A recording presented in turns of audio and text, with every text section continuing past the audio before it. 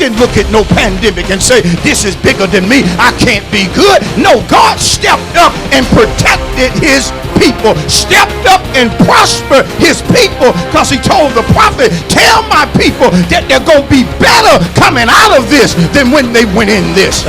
Oh, and you heard the testimony. God is doing what he said. But if you're not careful, folks will get upset with you for bragging on God.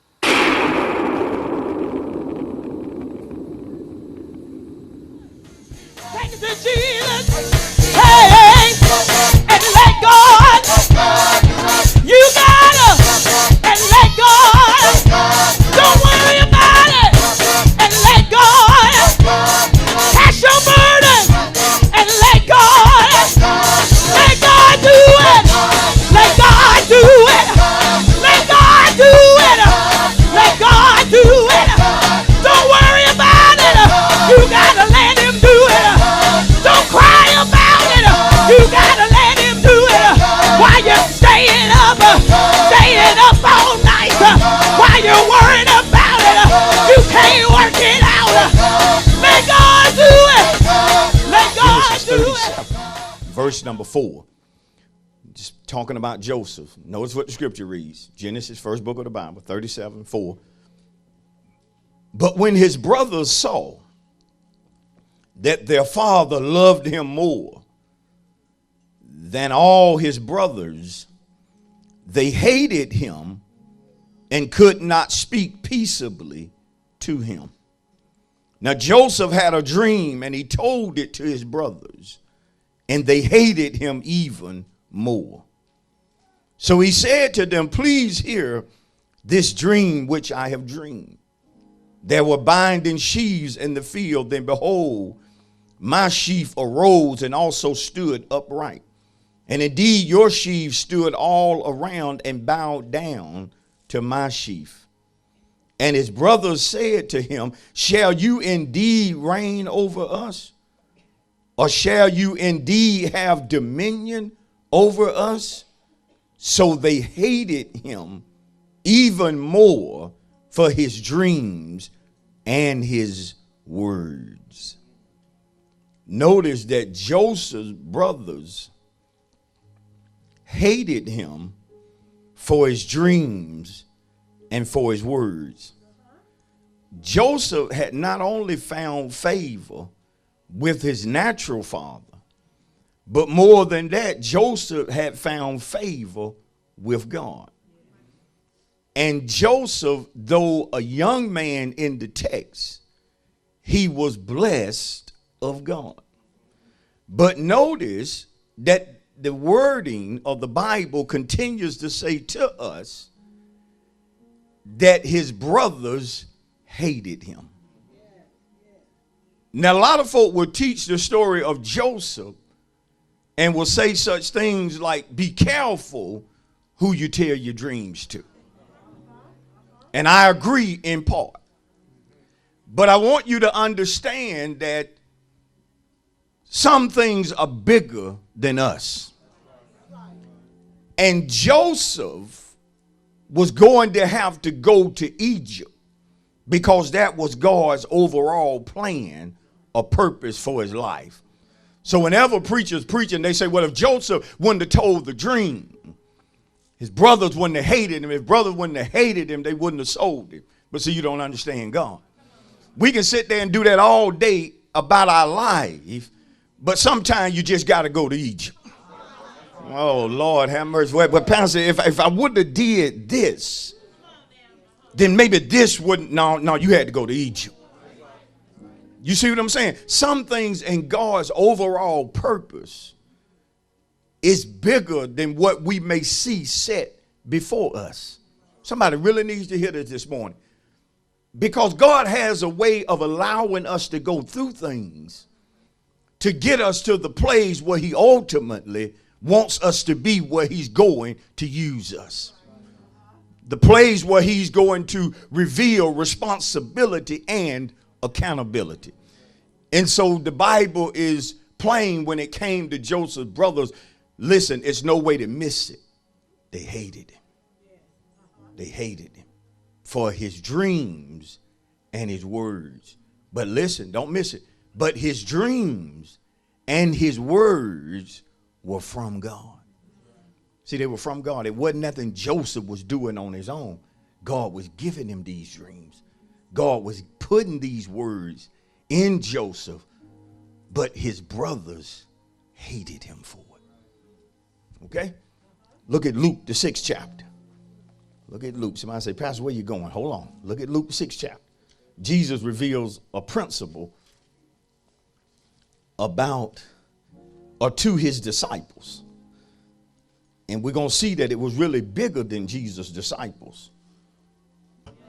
But notice what Jesus reveals in Luke, the 6th chapter. And let's look at verse number 22.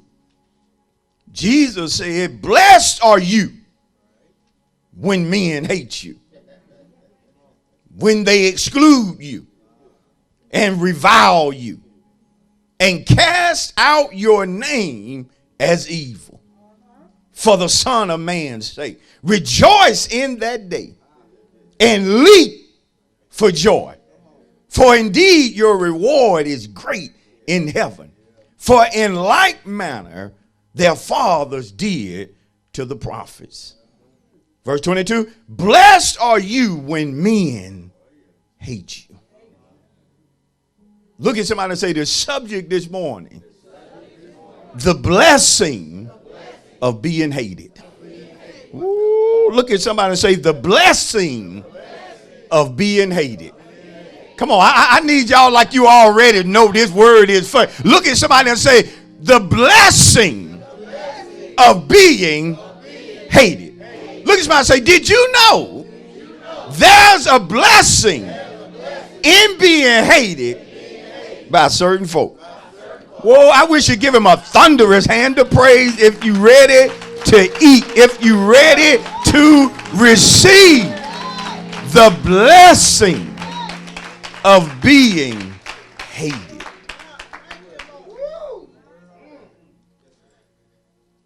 See, as good as God is, and God has always been good, and God will always be good.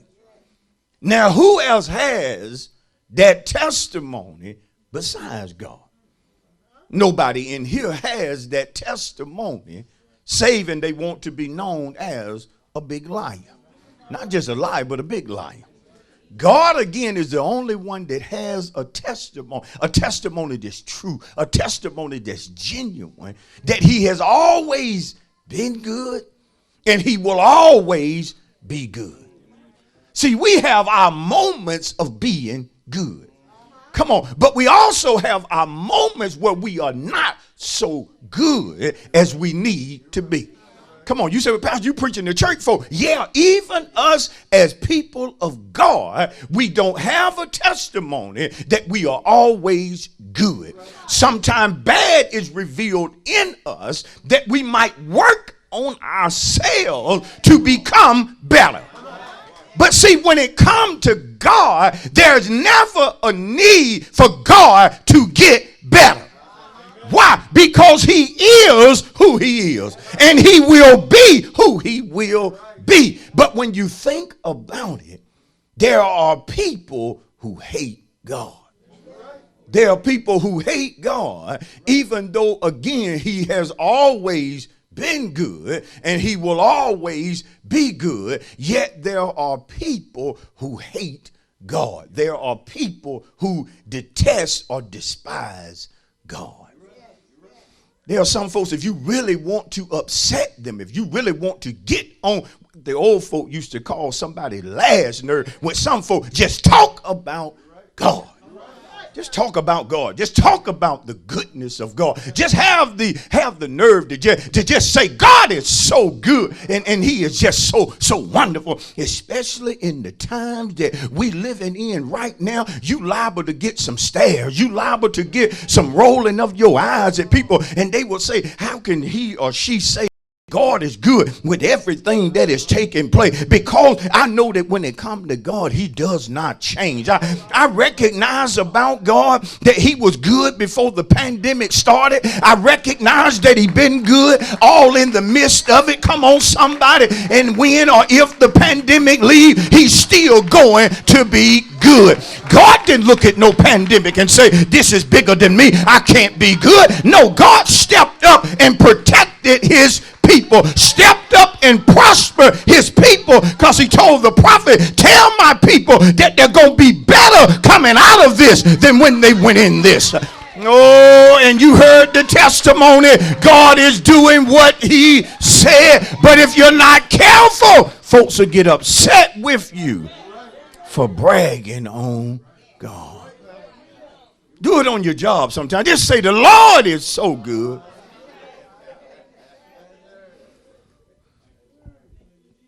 And you're going to find out that everybody doesn't share your opinion.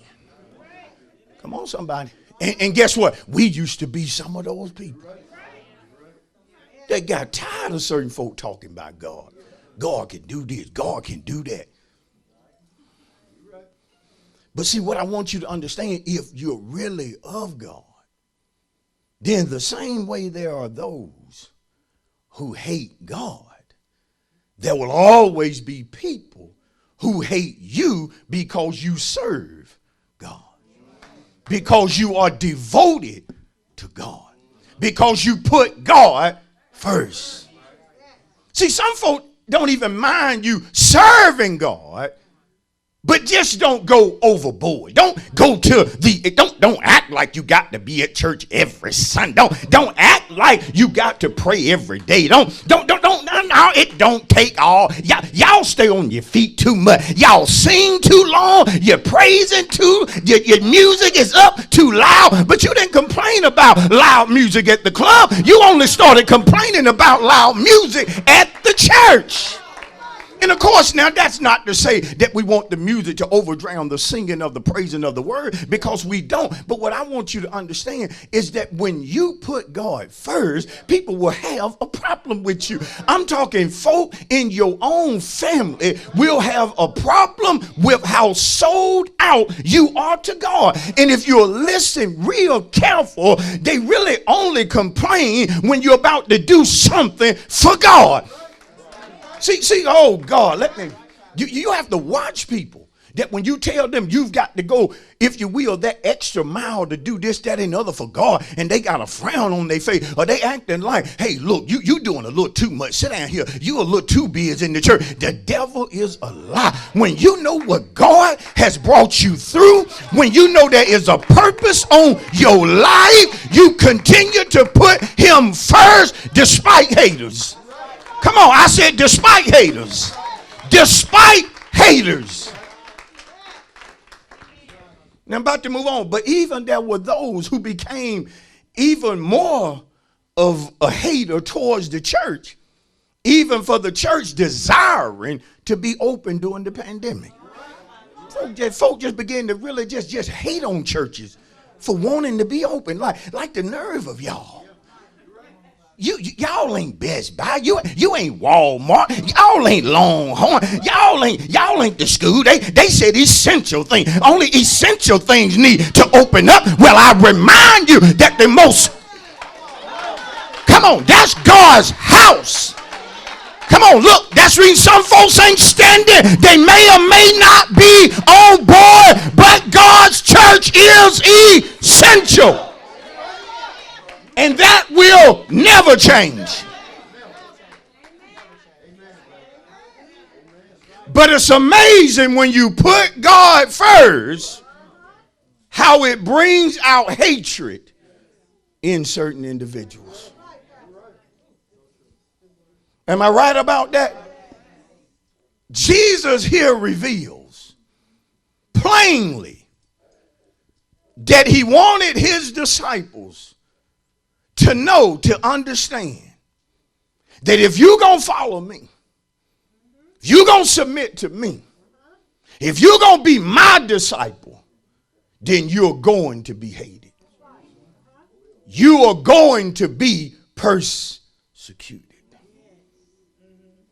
You are going to be talked about sometime. You're going to be lied on sometime.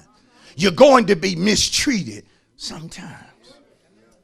Listen, all because for my name's sake. See, if one reason to be hated because you done some nasty, dirty stuff. Come on, we ain't talking about that. We talking about being hated for his name's sake. Are y'all with me? So that means Christians, true Christians, are destined to be hated. See, it's going to open up somebody's eyes. Because you got to come out of that fantasy world of wanting everybody to like you. Wanting everybody to love you. I seen a grown man on TV crying in tears. An NBA coach in tears, crying, sobbing, talking about why don't people love us? You got to get beyond crying over who don't love you. Because some folk are going to hate you. And if you don't come out of that dream, out of that fantasy world where you think everybody loves you, you're going to continue, watch this, to be disappointed by certain people. Because what they hate about you is what you stand for. Are y'all with me? And see, understand this morning that you will be hated by several things that I want to mention. You're going to feel hatred. Are y'all with me? Number one, you're going to feel hatred from the world. From those who do not practice righteousness, but practice sin or lawlessness. You're going to feel the hatred of the world.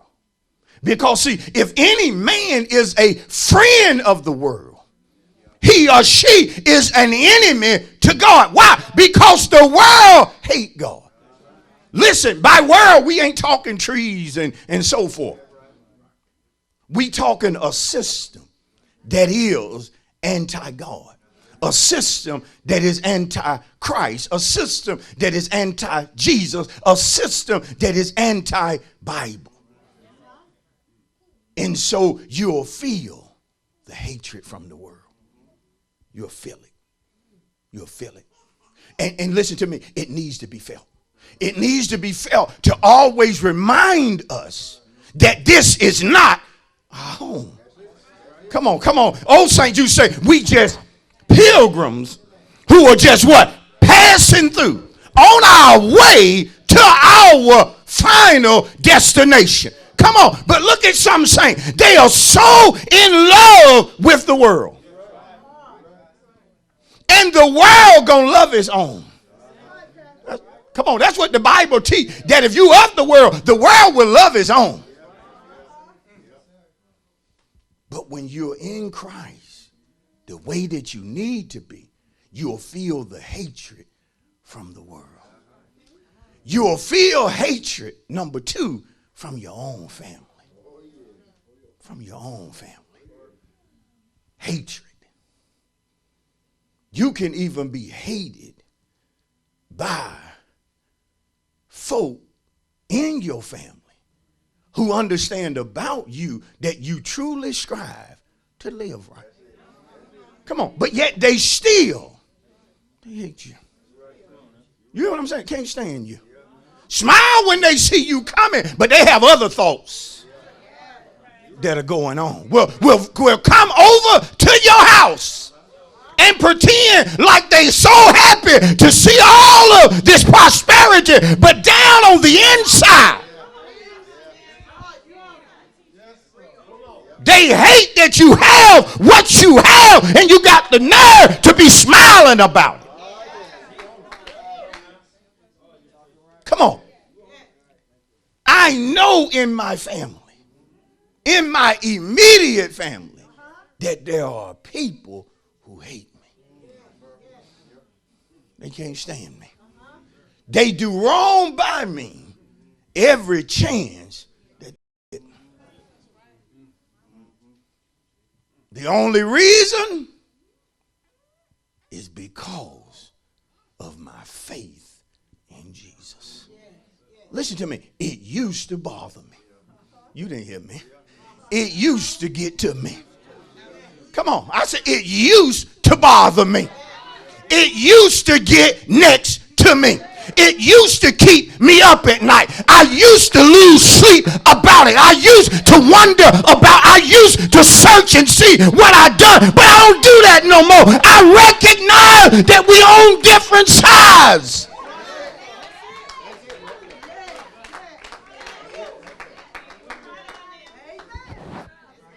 Are y'all feeling me? These folk, God will tell you to bless them and be good to them. But it will not change how they feel about you. You help them when nobody else helps. But that ain't going to stop them from hating what you stand for. You'll be hated by co-workers. Folks on the job who will allow you to know that you don't fit in. Come on. You will be hated by your neighbors. Come on. It's something about them. We've been noticing something about y'all. Every Halloween, y'all ain't giving no candy.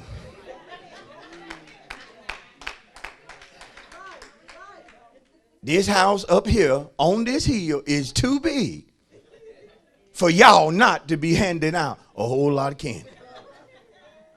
And see, people can just see things about you.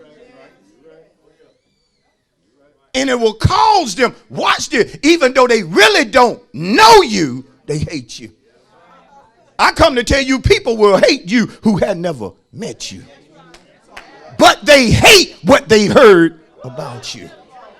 Yeah, that's him. I'm telling you, he always talking Jesus. He big in the church, so get ready because he gonna talk some church stuff. And it just something, I can't even put my finger on it. It's just something about her. She always smiling, and I'm telling you that they hate you and do not even know you.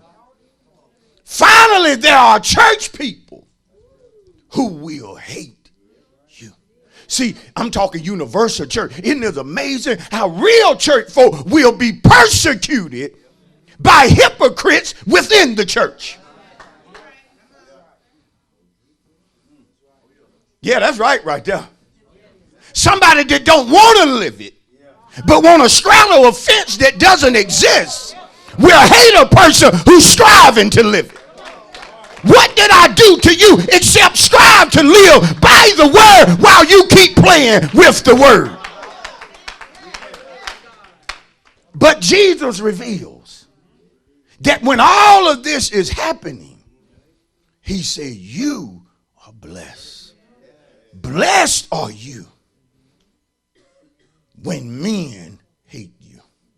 The word he's using here is the word happy. See, in other words, never let it ruin your happiness when men persecute you or hate on you. Tell your neighbor, when it happens to you, don't lose 1 ounce of your joy. Tell your neighbor, don't lose any of your excitement. Come on. When it, you hear what I said? When it starts to happen. Jesus said, you are blessed when men hate you. You're blessed when men hate you. They talking about you. Give me some praise. He even said, rejoice and then leap for joy. But Lord, I'm being mistreated. Yeah, but look at why. You're being mistreated because you connected to me. Come on. See, the thing about it is if Jesus went through a certain amount of persecution, we may not have to go through all that he went through. But as born again believer, we are going to go through some similar things. Did they lie on him? Yes. Persecuted him? Yes. Was he betrayed? Yes. And eventually, who would Jesus be betrayed by? But by his own people. That's when Jesus said, your enemies and your foes, listen, will be of your own household. Do y'all hear me? That means we have to get ready. We have to understand that it is a blessing to be hated for the reasons that I'm talking about. It is a blessing to be hated. Notice what he says again. Blessed are you when men hate you, when they exclude you, when they revile, when they criticize you, when they cast your name as, notice this, evil.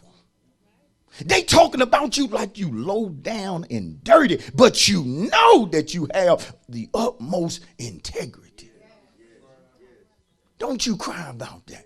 Don't you run around trying to explain or defend every lie that somebody is telling. Don't you try to be gathering people together, letting them know that, look, what they're saying about me isn't true. Sometimes God said, you leave that alone, because the lie itself will be exposed. I know I'm talking right, but see, some of you, God is preaching this because you've got to get your mindset ready for God to do for you what he's going to do, because when he starts to bring you into all of it, you're going to be hated.